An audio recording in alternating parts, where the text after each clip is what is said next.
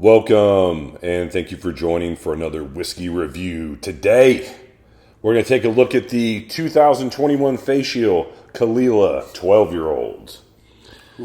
Dustin, Caol Ila, a Islay distillery that has been, gaining favor with us is probably a good way to say it. You know, I wasn't too big a fan of the 12 when I first tried it many years ago, but I tell you what, other than that, I've been impressed by the majority of the whiskeys that I've tried from this distillery.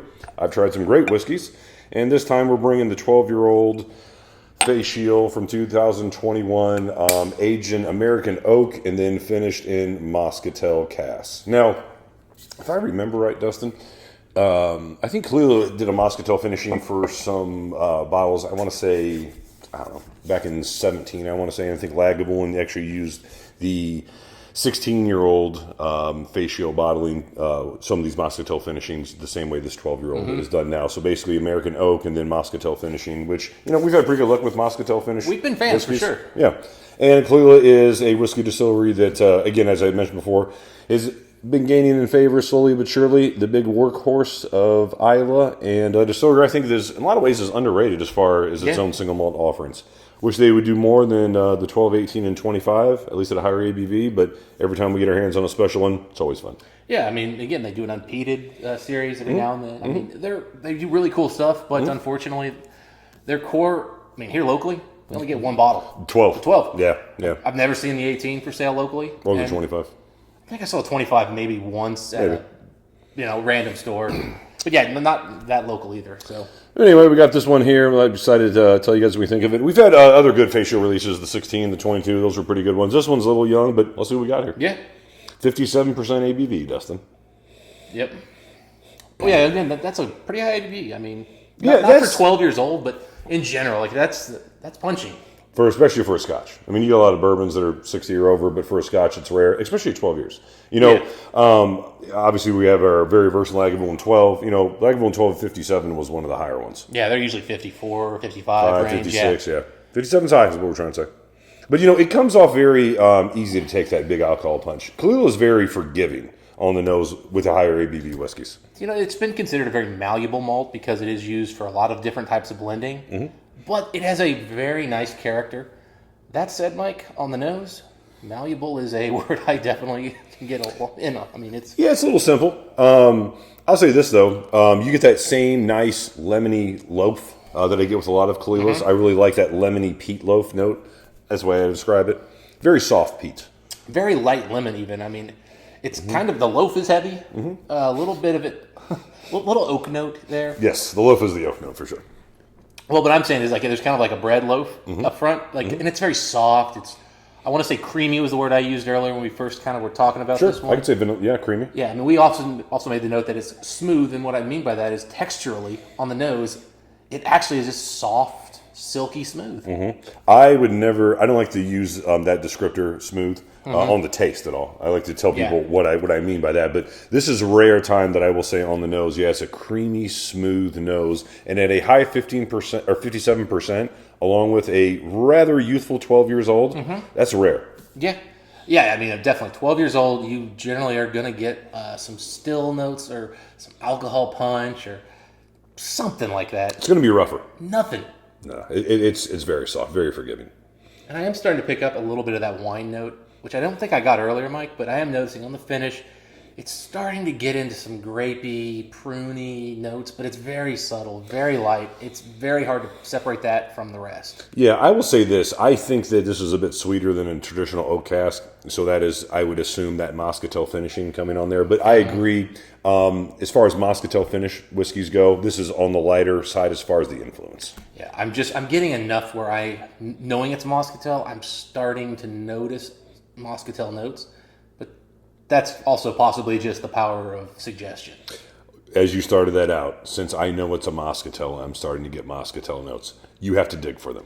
Yes. If I was taking this blind, it'd be very easy to miss that there was a Moscatel finish on this. Yeah. That said, I do pick up a distinct wine note that's on here, but it's, again, I could just think, ooh, they found some really cool, ex-bourbon casks.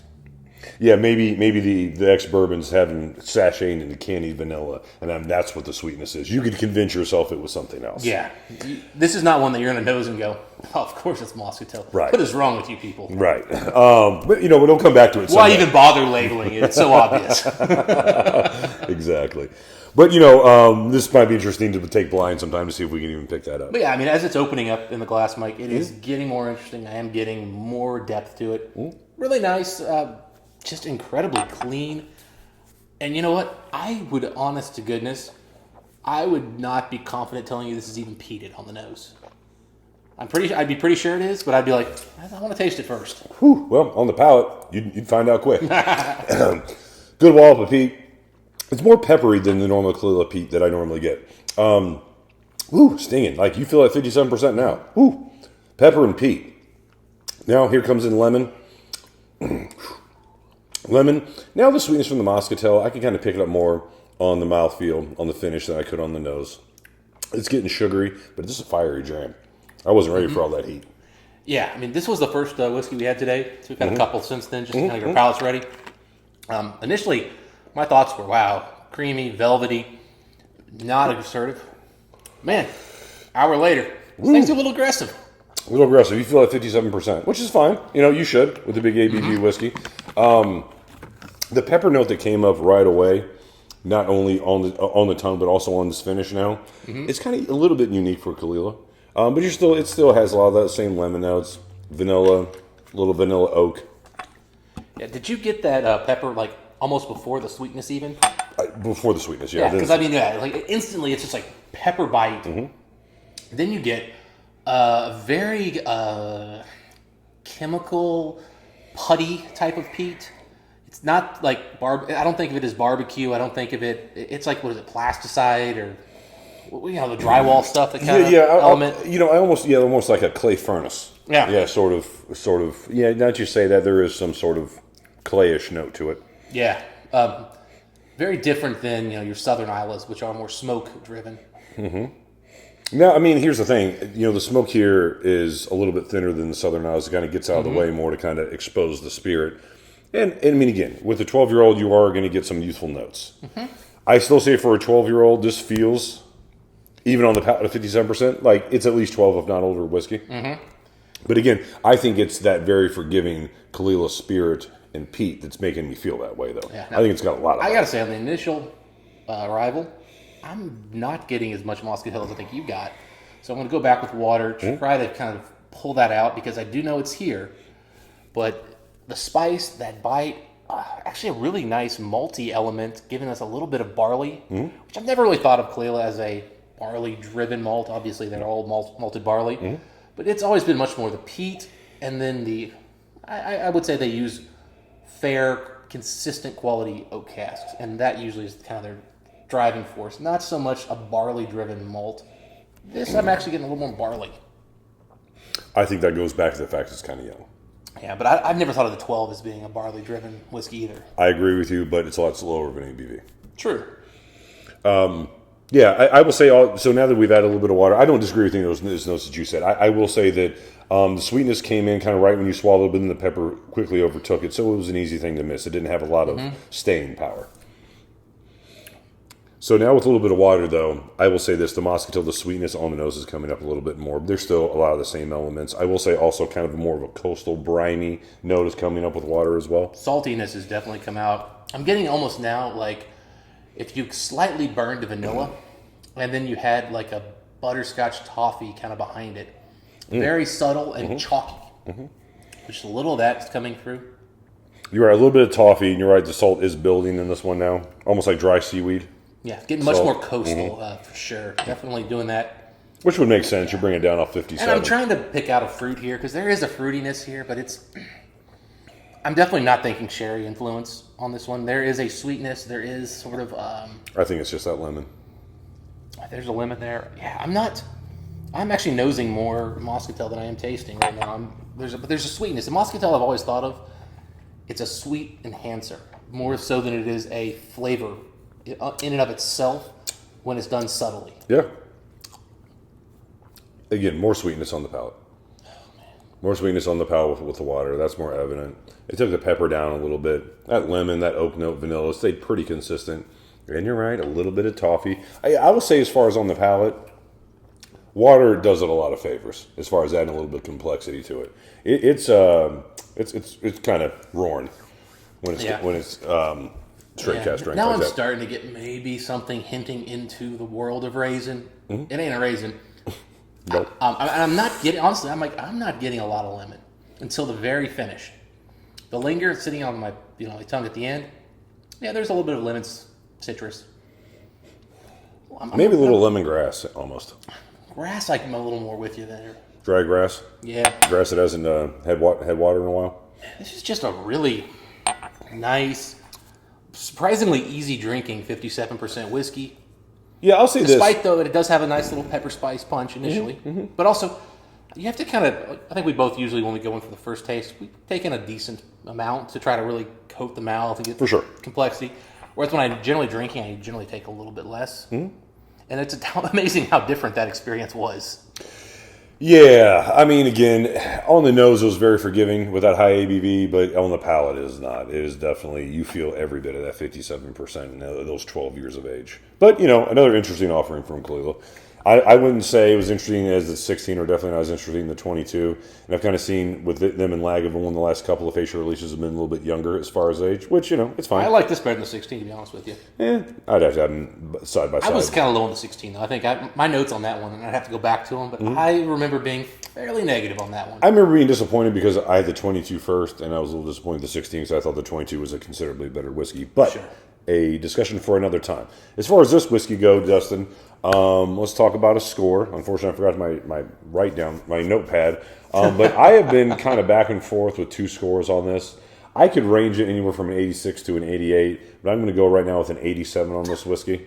I mean, I think it's a good, solid whiskey. It doesn't overcomplicate things. But what it does pretty well. It's an interesting Caol Ila. For the $150 ship that it cost me to pick this up, I think it was well worth it.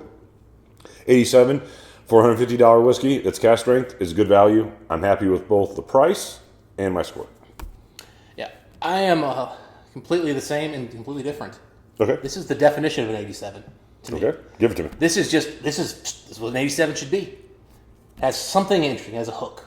That's that spice up front. Sure. It's got a great mouthfeel.